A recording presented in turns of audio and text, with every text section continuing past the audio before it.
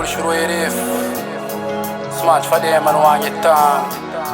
Pist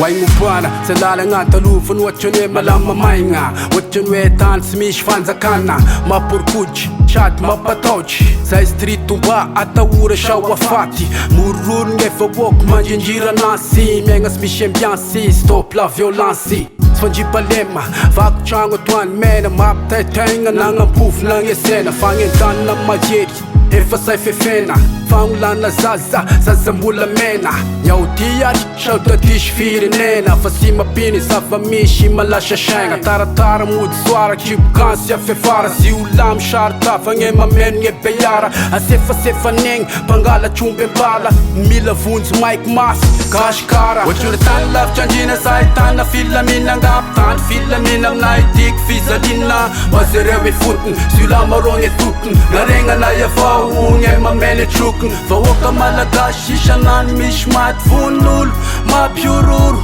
magnenjiranasy magnenjiranasy von'olo vao masila kidina lika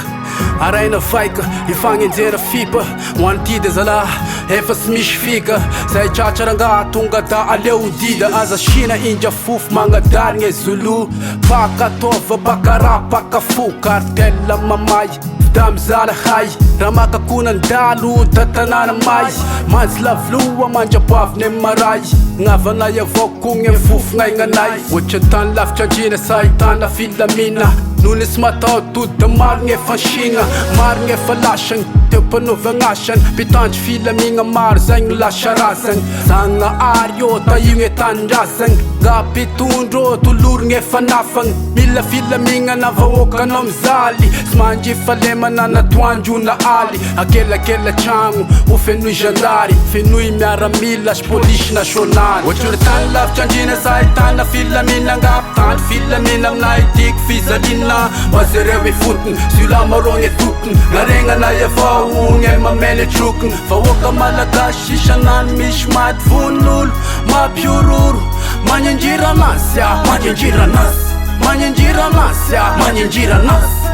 ohatrony tany lavitra andrina sa hitana filamina angapy tany filamina amina itiky fizalina mazereo e fotony sy olamarogny e totony naregnana iavao gne mameno e trokony vahoaka malagasy isanany misy maty von'olo mampiororo magnenjiranasy